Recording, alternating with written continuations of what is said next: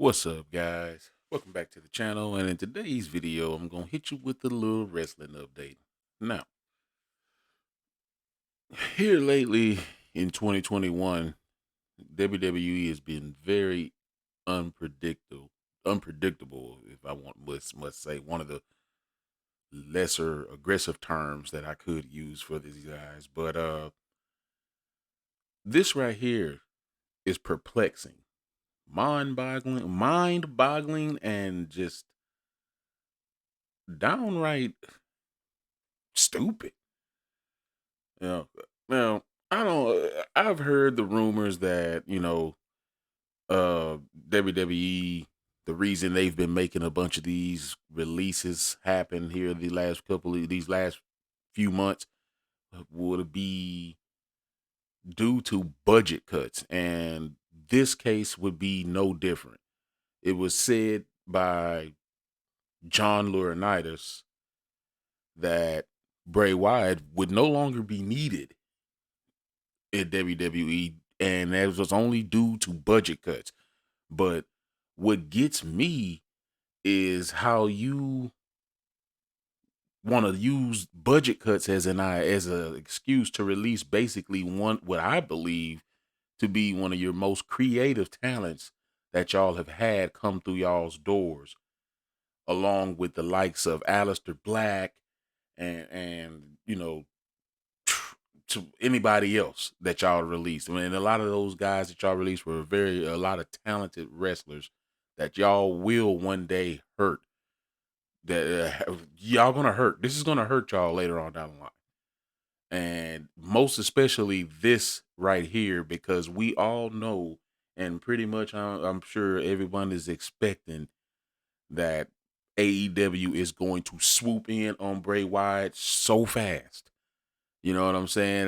It's going to make everybody's head spin. And I'm pretty sure everybody already has an idea what they would like Bray to do, considering that we know that Bray and Brody Lee were, like brothers. You know what I'm saying? Bray, in my opinion, and like just from looking at, tweets and everything from his past, he he took Brody's loss hard, you know what I'm saying? And I can understand how, not being able to work in the same halls as a guy that you think consider a brother would be different. But to not live in that world with that guy, man, and it has to be, it has to take a toll. Not just that, but considering how WWE has used Bray Wyatt over the last couple of years, you know what I'm saying, being one of the most charismatic and talented men on the microphones when cutting the promo. I mean, come on, man. What guy did you know can leave a cryptic message in each of his promos to be pulled together and later on to mean something much bigger for his own career? You know what I'm saying? Like when I think of, I've always asked that Bray Wyatt come back. You know what I'm saying? I understood the role of the Fiend and everything, and I was down with the idea of using this entity, this darkness, to come back and get back with at the people who've wronged you in your career and whatnot. And it was awesome. You know what I'm saying? From the match with John Cena back at WrestleMania last year, to just any match that he pretty much had with Daniel Bryan. You know what I'm saying? Like, dude, the man is a genius. Okay, that we're not gonna take that from him whatsoever. You know what I'm saying? Nobody is. As a matter of fact, that's what makes him who he is. If I didn't, I I had to come and do this video. I literally woke up out of my sleep. It's 3:15 in the morning right now, and I woke up out of my sleep to come and do this video because I was just thinking about it.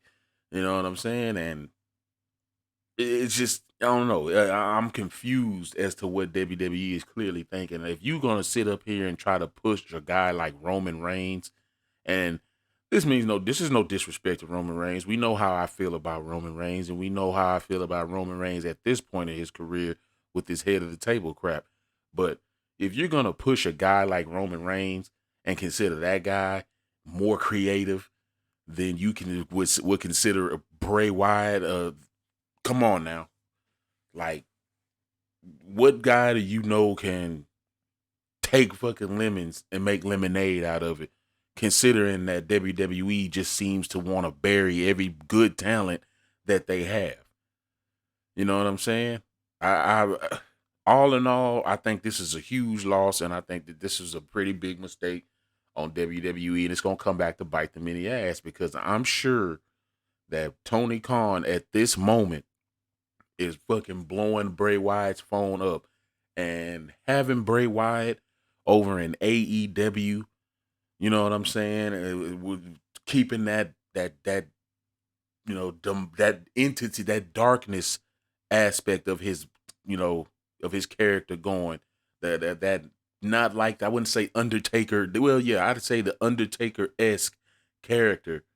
You know what I'm saying? Like, say the Undertaker has been with the WWE 30 years.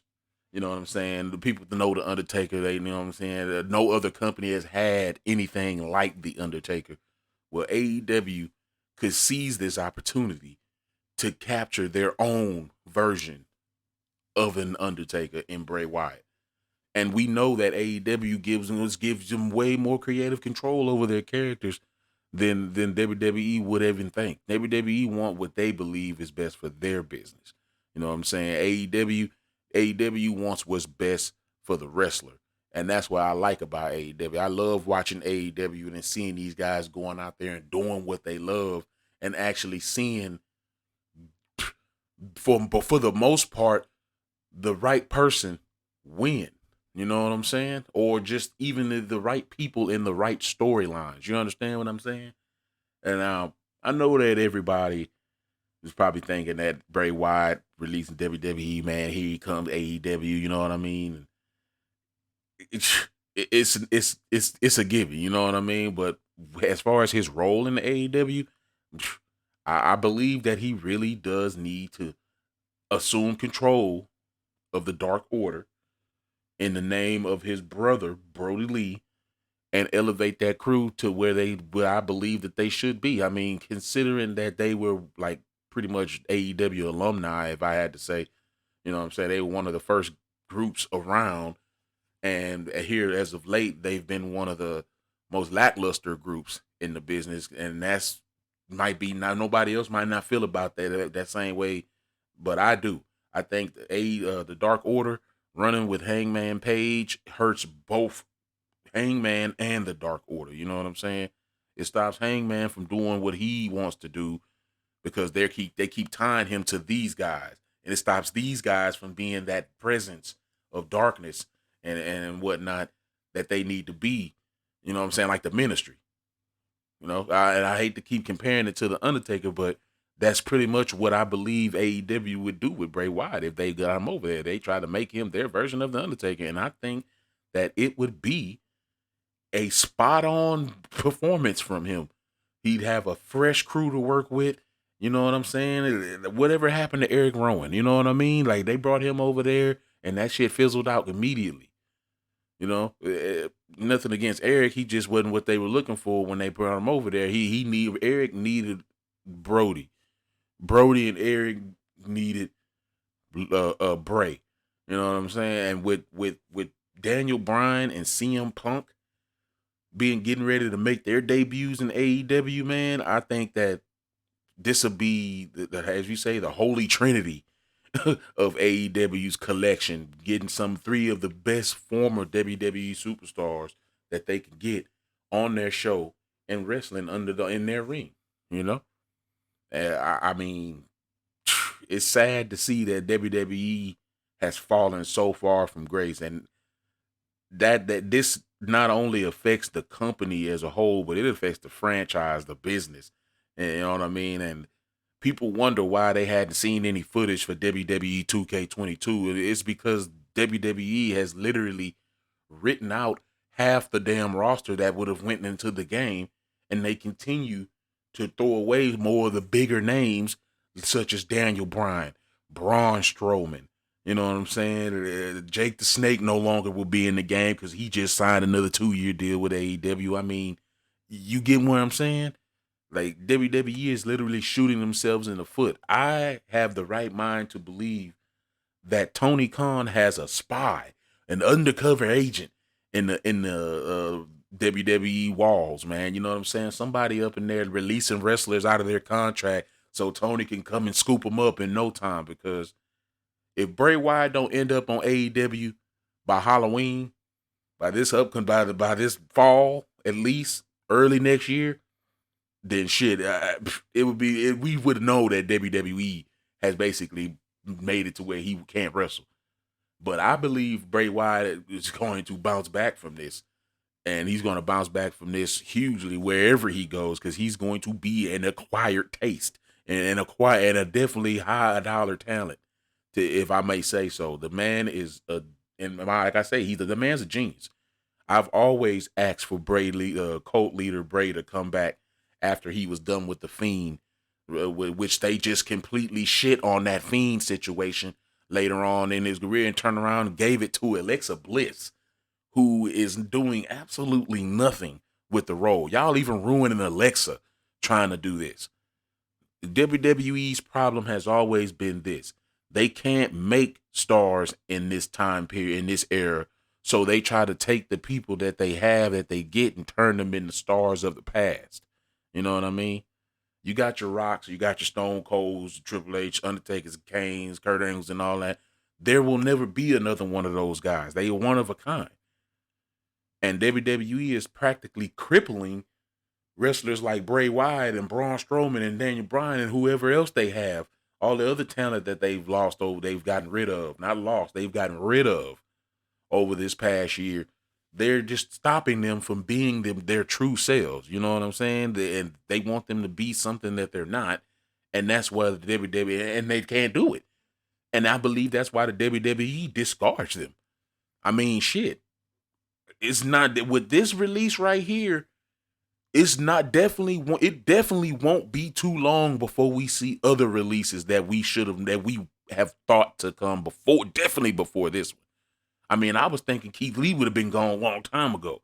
I'm sure after this, more budget cuts, and I'm using the quotation fingers, budget cuts are coming.